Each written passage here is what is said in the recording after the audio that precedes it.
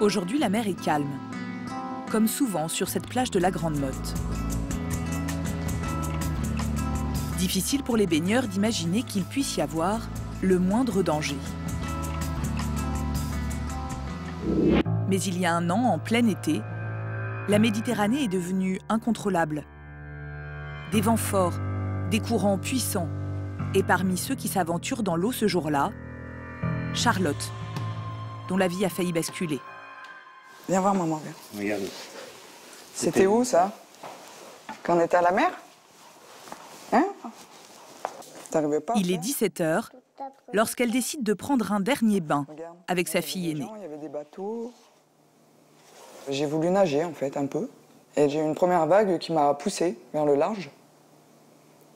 Donc une première, une deuxième, ça a continué. En fait, j'avais pas le temps de reprendre mon souffle, j'avais pas le temps d'avancer.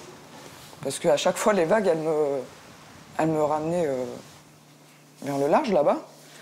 J'ai crié après ma fille, elle voulait m'aider. Je lui ai dit non, viens pas, c'est dangereux. Moi, j'étais juste à côté de la bouée, en fait. Je la tenais, oui, parce que il y avait trop de vagues, j'arrivais plus à passer au-dessus de moi.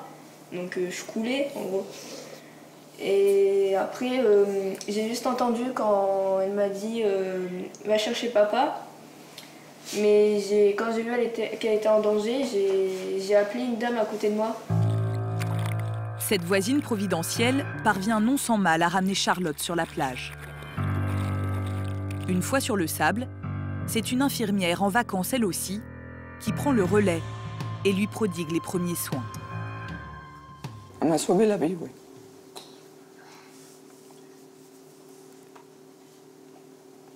Excusez-moi. Charlotte ne pensait pas qu'un tel accident puisse se produire en Méditerranée. Elle s'est baignée malgré l'avertissement des sauveteurs qui avaient ce jour-là hissé le drapeau orange. Non, en fait, j'ai vu la mort. Maintenant que je sais, voilà. On se dit, ça peut pas arriver à nous. Hein. Voilà ce qu'on se dit. Ça m'arrivera pas, pourquoi moi? Bah si, ça peut arriver à n'importe qui d'entre nous. Charlotte a eu beaucoup de chance. Juste une grosse frayeur. Ce qui est loin d'être le cas pour tous les baigneurs en cas d'accident. Pendant les vacances, 4 personnes meurent noyées chaque jour. Mer, lac, rivière, quand il fait chaud, difficile de résister à la baignade.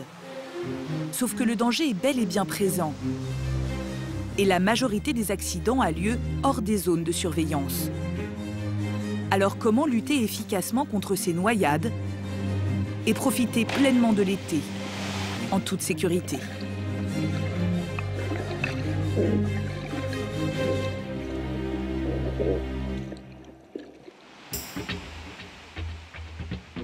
Fin mai, sur une plage de la côte aquitaine.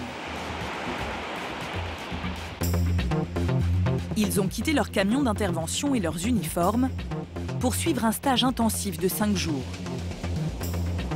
Venus de toute la France, ces 18 CRS feront partie des sauveteurs présents sur le littoral cet été. Vous devez arriver en stage, et à plus forte raison en saison, opérationnel physiquement. D'accord? Avec un bon fond de cardio, donc natation, course à pied, de façon à pouvoir pallier à toute éventualité. C'est pour vous mettre dans les situations où vous allez être placé à l'occasion d'intervention lors de la saison. Après une course sur la plage, les CRS doivent chausser leurs palmes dans les vagues et nager 300 mètres le plus vite possible.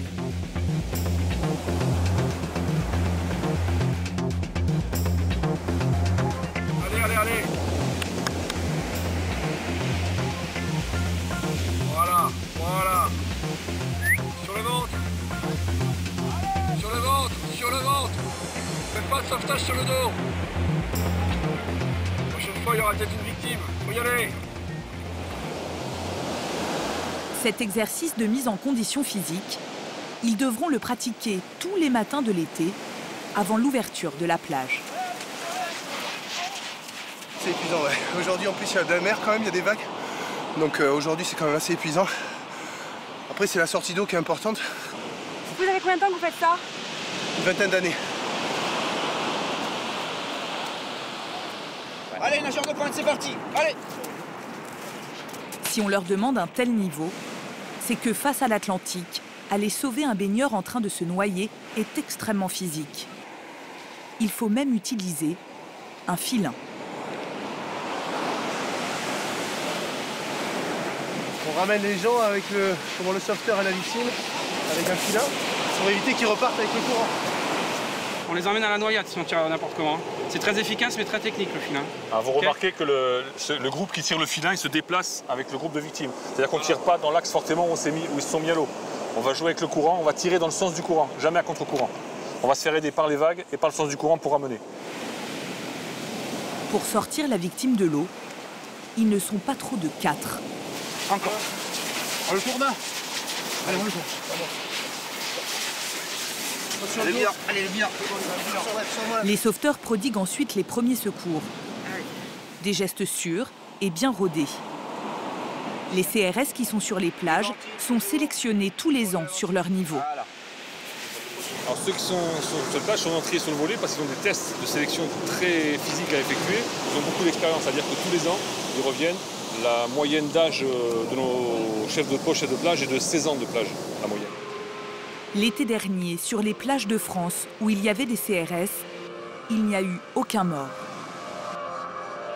Des professionnels prêts à vous sauver en quelques secondes en cas de noyade. De quoi rassurer a priori les milliers de vacanciers qui débarquent sur les plages chaque été. Qu'est-ce que tu as vu? Des cerfs-volants? Corinne vient de faire des centaines de kilomètres depuis la Savoie. Ah oui, non, il n'y a pas de baleine ici, mon poussin. Des crabes peut-être, on va trouver des crabes. Avec son amie Laurence et leurs enfants, elles n'ont qu'une seule envie, plonger le plus rapidement dans la Méditerranée. Mais ces mères de famille ont une obsession, la sécurité. Alors elles ne posent pas leurs serviettes au hasard sur le sable. On n'est pas loin de l'eau. Il y a une proximité par rapport voilà, à la zone de sable qui peut être intéressante pour les enfants pour jouer.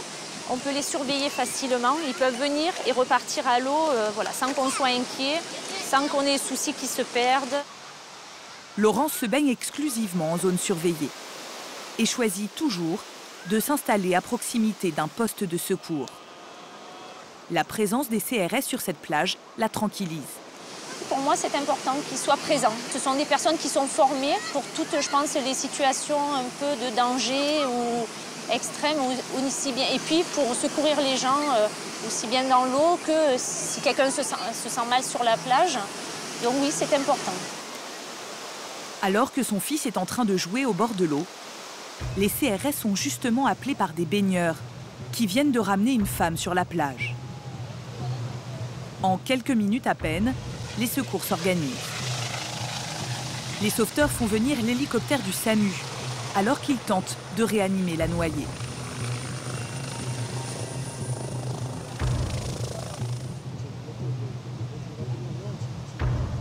C'est une personne de 62 ans qui a fait un malaise dans l'eau. Donc initialement, elle était inconsciente, elle respirait et là, elle a repris conscience.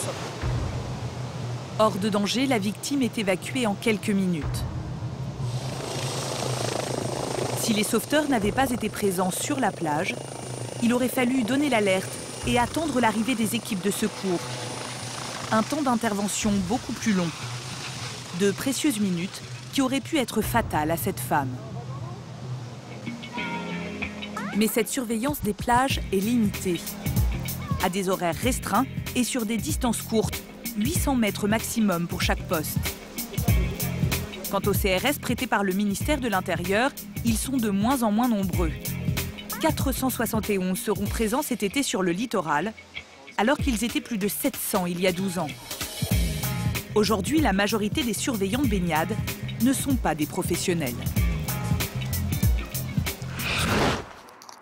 Michael a tout juste 20 ans. Salut.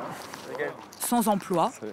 Il a décidé de passer son brevet de sauveteur pour décrocher un job d'été. Il suit une formation avec d'autres jeunes à Montpellier. Des étudiants, des lycéens, qui pour certains ne connaissaient rien aux premiers secours, il y a quelques jours encore. Pendant le cas concret, on ne parle pas, on observe, pas de bruit, pour éviter de les aider ou de les gêner dans leur démarche. La formation dure normalement 1 an, mais là, les stagiaires suivent un cursus accéléré, 10 jours pour devenir sauveteur. J'ai ma copine là, qui est tombée du pont. Michael et Pierre doivent s'exercer sur un mannequin, une victime qui était en train de se noyer. Madame, vous m'entendez? Serrez-moi les mains. Oui, transmettez. Bonjour. Et visiblement, ils ont encore quelques lacunes sur des gestes de base. L'autre sens.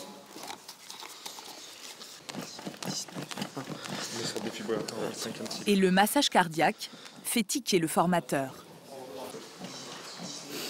Au niveau des compressions thoraciques, c'était bon? Bah ouais, il me semble. Alors, remets-toi aux compressions. Donc attention à ne pas appuyer sur l'appendice xiphoïde, d'accord? Juste en dessous de la ligne imaginaire des mamelons, bien appuyer avec le talon de la main et crocheter les doigts pour ne pas appuyer sur les côtes. Analyse du rythme cardiaque en cours.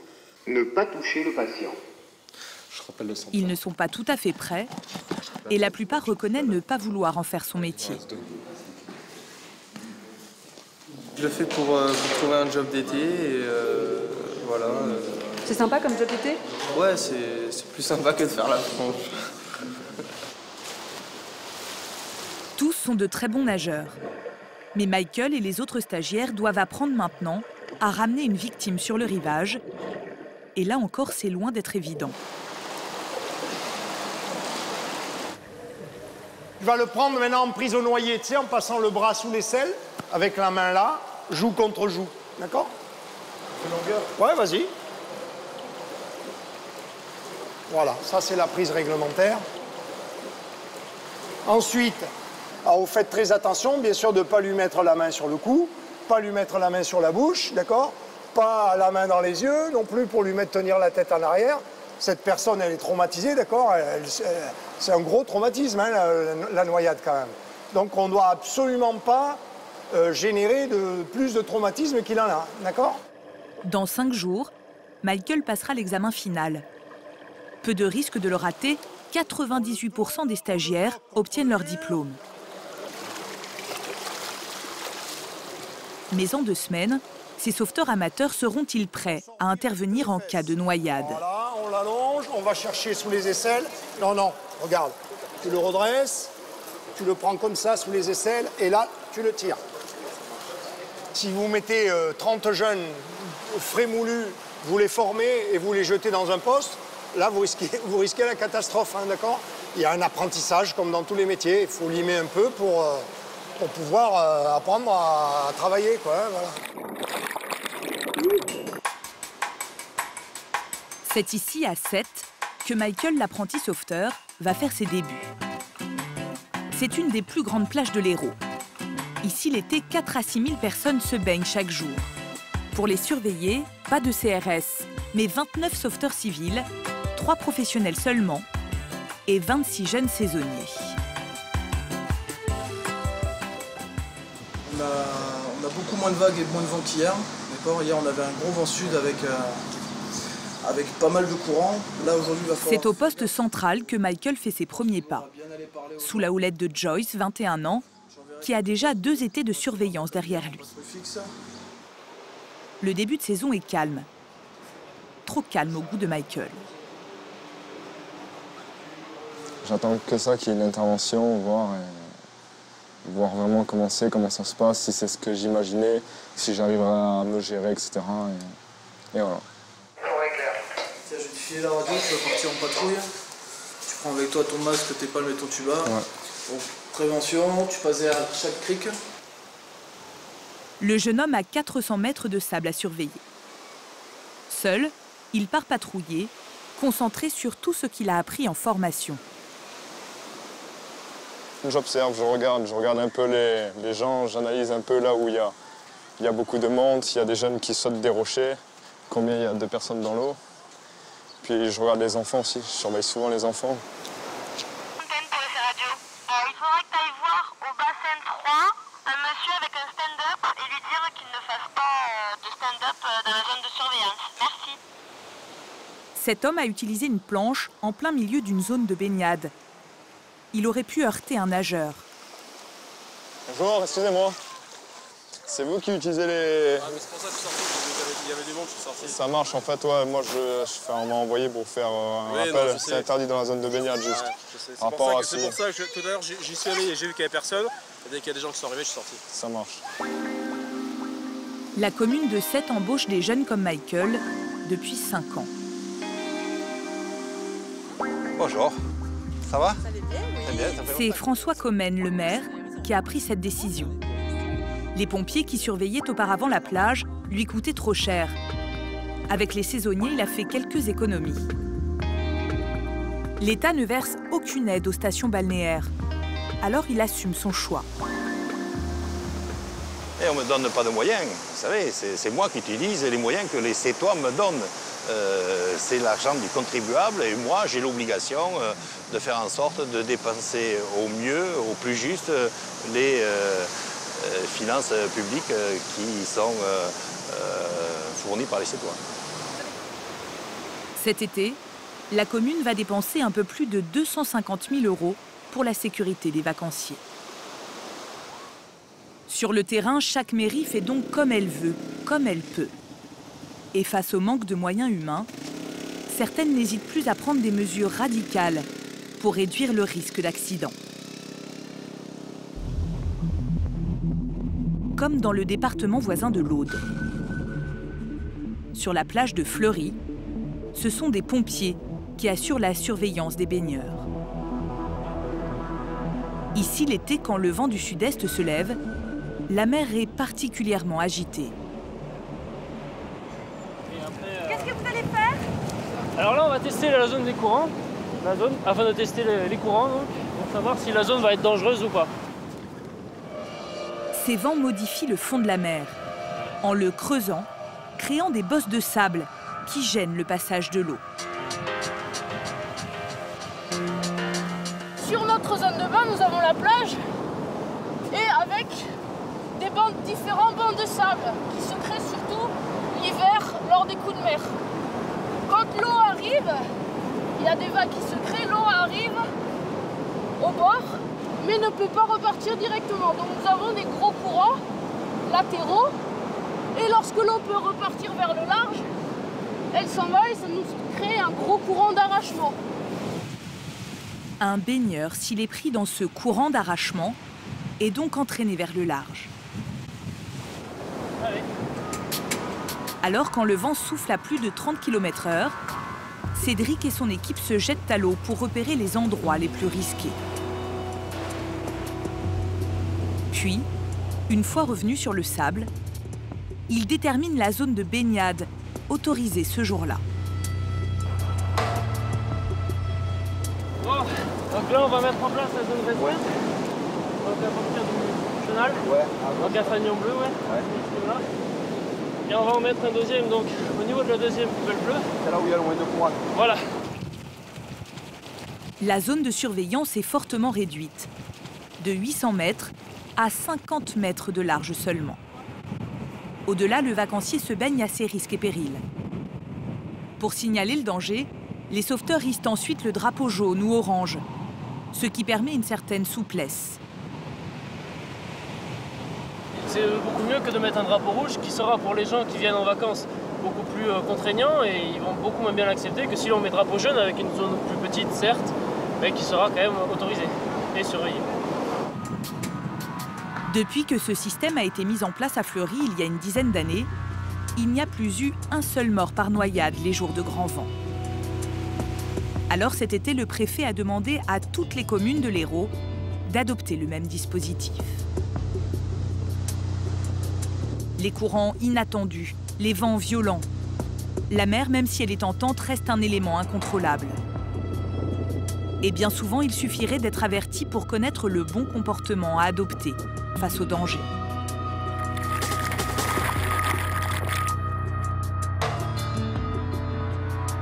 S'il y a bien une région où la prévention est capitale pour se baigner en toute sécurité, c'est l'Aquitaine. Derrière ce calme apparent, un piège qui peut s'avérer meurtrier, les baïnes. Encore, on va se foutre carrément à l'entrée. Bruno Castel est océanographe. Il est le spécialiste de ce phénomène en France. Ensuite, on va sortir comme ça, normalement. Avec son équipe, ils nous ont donné rendez-vous sur cette plage du Cap Ferret. Un lieu propice à la formation de ces fameuses baïnes. Vous pourrez croire, en venant ici sur la plage, que c'est l'endroit où il faut se baigner. En fait, pas du tout. C'est exactement là, en face, là, 15 mètres devant moi, que le courant de baïne prend naissance. Ici, quand la mer monte, des cuvettes se remplissent et de violents courants circulaires se créent, expulsant les nageurs vers le large à grande vitesse, 1 mètre par seconde. Affolés, les baigneurs tentent souvent de lutter contre ces courants et s'épuisent. C'est tout le contraire qu'il faut faire. Bruno et ses coéquipiers décident d'entrer dans l'eau, de se mettre volontairement au cœur même de la baïne pour nous montrer quels sont les bons gestes à avoir. Ils se laissent emporter par le courant et sont rapidement expulsés vers le large. Ils ne nagent pas et en moins de 5 minutes, ils sont finalement ramenés naturellement par les vagues sur le rivage.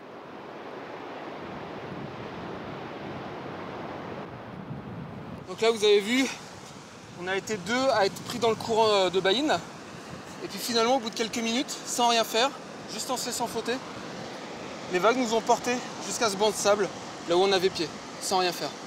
Mais parfois, il arrive que ces courants puissants emportent le baigneur à plusieurs centaines de mètres au large. Si par contre vous êtes transporté très très loin au large et là que vous ne bougez plus du tout, là à ce moment-là, il faut rentrer au bord. Les vagues ne vont pas vous ramener au bord. Et c'est là qu'il faut nager préférentiellement vers les zones où les vagues déferlent avec le plus de puissance, puisque c'est là où elles vont pousser les masses d'eau vers le bord et vous aider finalement à rentrer au bord. L'été, les sauveteurs répètent inlassablement ces conseils aux baigneurs, persuadés que la prévention permet d'éviter presque toujours un drame. Mais les stations balnéaires auront beau prévenir, surveiller, limiter les zones, il est impossible de mettre un sauveteur derrière chaque baigneur. Des baigneurs parfois inconscients, sur le littoral français, plus de la moitié des noyades a lieu en dehors des zones de surveillance. Et la situation est encore plus alarmante, loin des côtes.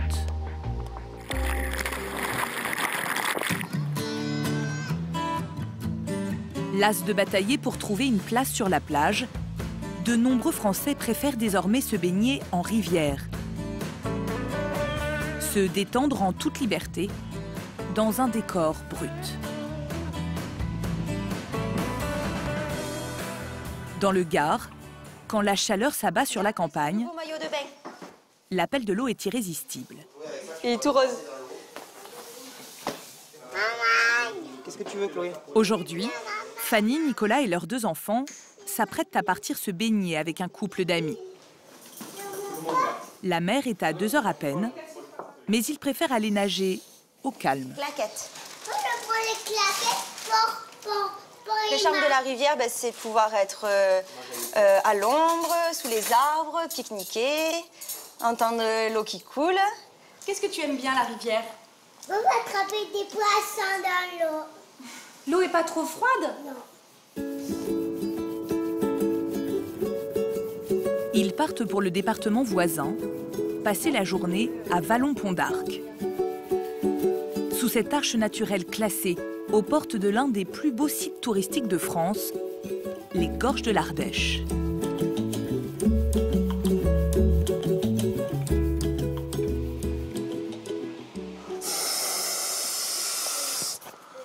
Premier réflexe des jeunes parents une fois sur le sable, sécuriser les enfants. Elle est froide? Ouais, elle est froide, ouais. Là, on peut voir que l'eau, la descente est assez abrupte, quoi. Il faut rester à côté, quoi. Toujours être vigilant, parce que ça peut aller très vite. Vous voyez, là, elle joue, il y a 5 cm d'eau, mais elle fait un pas de trop, elle attrape le rocher, elle glisse, et voilà, quoi. Si on n'est pas à côté pour la repêcher, ça peut être dangereux, quoi. On va se mettre entre les canoës. Seb, avance un peu, non? Si les calmes rivières sont moins impressionnantes que les vagues de l'océan, elles n'en sont pas moins dangereuses. Le sentiment de liberté fait oublier à beaucoup les règles de sécurité élémentaires. Puis pour accéder, c'est pire que là, hein. Tu dois marcher 40 minutes au moins, tu vois. Ah ouais, Donc, il n'y a pas grand monde. Et puis, Ils connaissent cette rivière depuis l'enfance. Idéal pour des pique-niques entre copains et pour se lancer des défis depuis les rochers. il y a 3 gros coins, quoi. Un en haut qui fait 18 mètres. Juste en dessous, là, la plateforme, ça fait 12. Et après, on peut sauter de 6 mètres en bas, là. C'est pas dangereux? Vous n'avez pas peur? Ouais, un petit peu. C'est vrai que quand on est en haut, même au bout de 20 sauts, on a toujours la petite appréhension quand même. Ouais. Parce qu'en haut, on voit le fond, donc c'est vrai que c'est assez impressionnant, quoi. Bah, ça va. Elle est Maintenant bonne? qu'on a bien bu et bien mangé, on va bien pouvoir aller se baigner.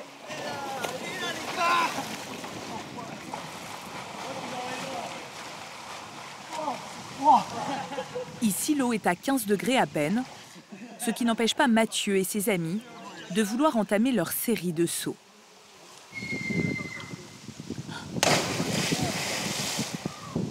Les garçons commencent à sauter de 6 mètres. Pour être sûr de ne pas heurter le fond, il faudrait 4 mètres de profondeur. Or, ce jour-là, il y a tout juste 2,50 mètres. En quête de sensations, Mathieu et ses copains grimpent encore un peu plus haut. 12 mètres cette fois-ci. Fais tomber, couille.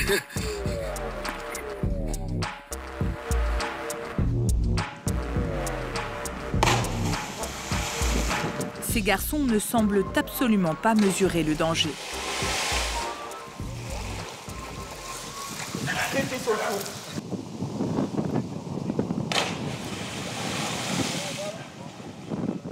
J'ai touché bien le fond avec le coude quand même.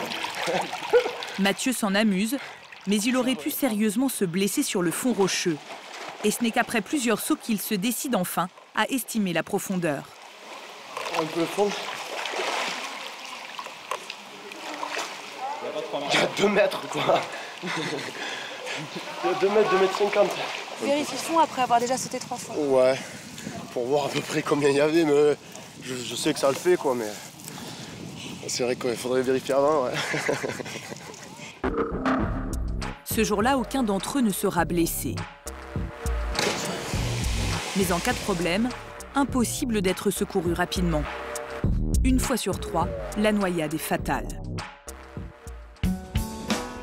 Le long des rivières, les postes de secours sont rares. Le terrain est escarpé, difficile d'accès. Impossible dans ces conditions d'avoir le même dispositif qu'en bord de mer. L'un des secouristes le long de l'Ardèche, c'est Éric Courcial. Depuis 3 ans, ce pompier assure la sécurité des vacanciers pendant la haute saison. Ils ne sont que 5 pour les 40 km de descente de rivière. On est sur une piste qui est interdite au public, puisqu'elle est très dangereuse.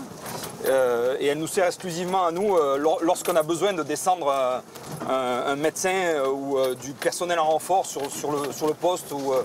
Voilà, parce que c'est le seul accès, je dirais, possible pour rejoindre ce rapide.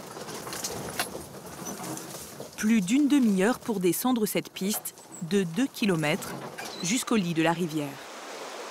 Une des zones les plus dangereuses pour les canoës.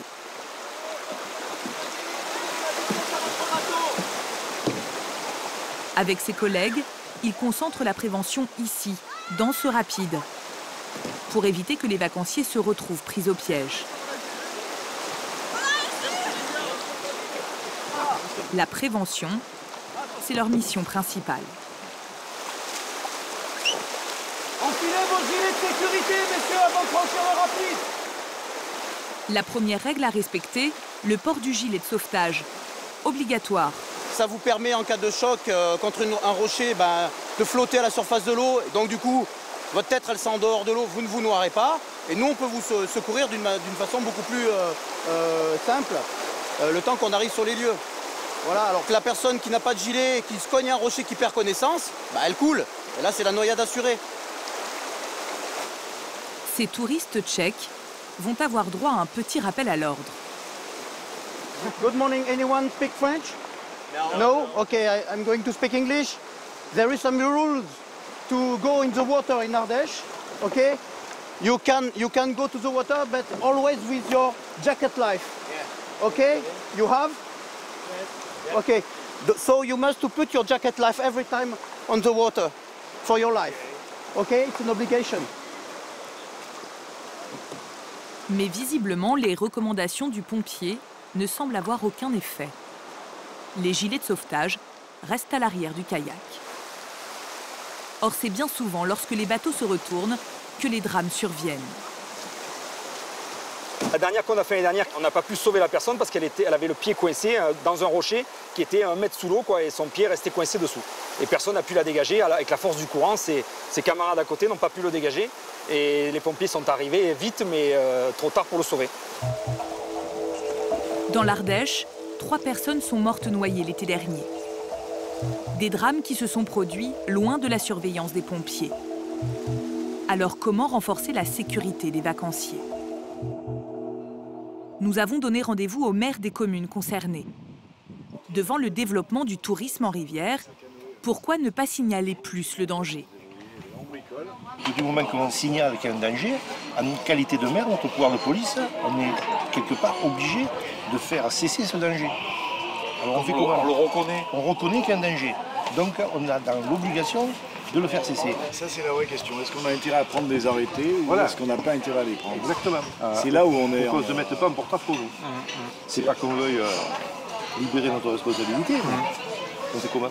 Les conduites à risque, par exemple. Signaler le danger, c'est prendre le risque d'être poursuivi en cas d'accident. Pour eux, mieux vaut parfois ne rien dire et laisser les baigneurs prendre leurs responsabilités. On ne peut pas être responsable de l'imprudence. L'imprudence, voilà. Le vrai problème qu'on a, c'est à partir de quel moment c'est de l'imprudence de la part du touriste ou de l'imprudence de la part du maire qui ne signale pas un danger. C'est quoi le danger? Comment on le reconnaît? Le choix semble cornélien, kafkaïen même, pour ces élus locaux qui doivent gérer une situation qui semble les dépasser. Difficile de réglementer des espaces sauvages, surtout face à des vacanciers en quête de liberté. L'été, quand la chaleur s'abat sur la France, on ne rêve que de se baigner, même près de chez soi, quitte à nager dans des lieux totalement interdits.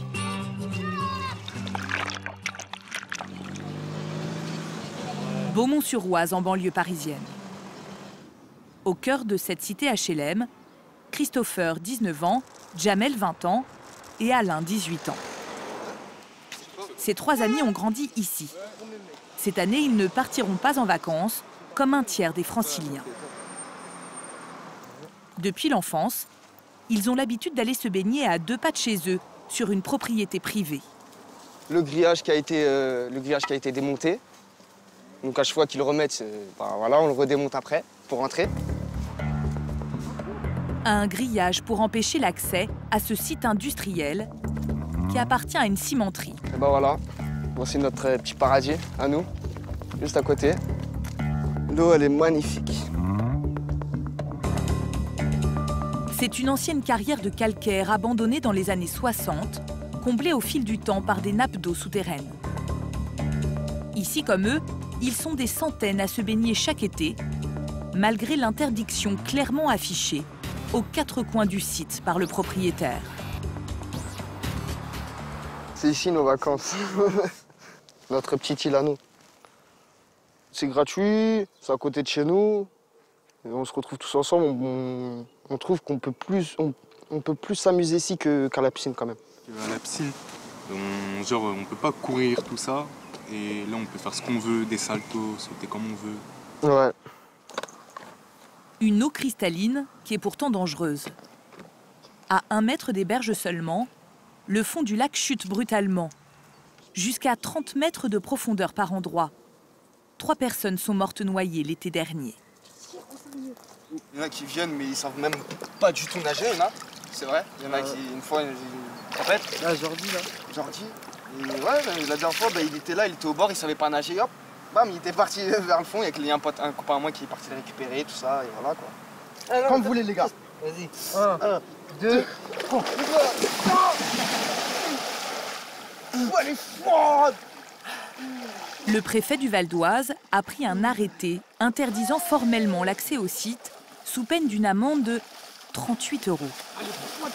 Ce qui ne paraît pas décourager les habitués.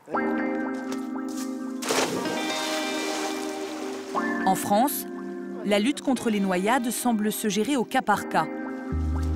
Au niveau national, il y a bien une circulaire du ministère de l'Intérieur, mais elle date de 1986.